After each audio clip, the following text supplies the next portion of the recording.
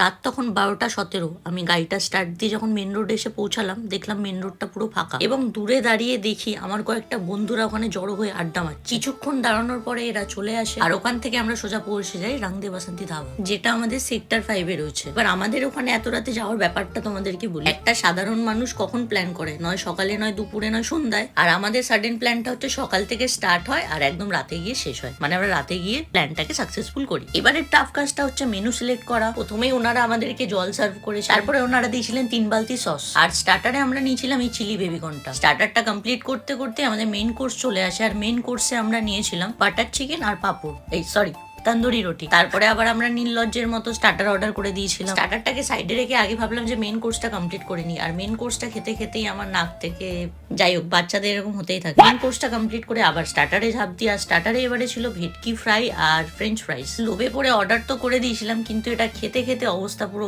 Tight হয়ে গেছিল। এত খাওয়ার পরে গা গুলাচ্ছিল, তাই বাবার একটা টোটকা ট্রাই করছিলাম আমি। এটা আমার বাবার থেকে শেখা, আর ট্রাস্ট মি এটা সত্যিকারের কাজে দেয়। পুরো খাওয়া দাওয়াটা কমপ্লিট করে একটা লজেন্স মুখে দিয়ে আমি বসেছিলাম, ঠিক তখনই আমি দেখলাম মোটি এইসব বিড়বিড় করছে আর এখান থেকে মৌরিগুলো নিচ্ছিল।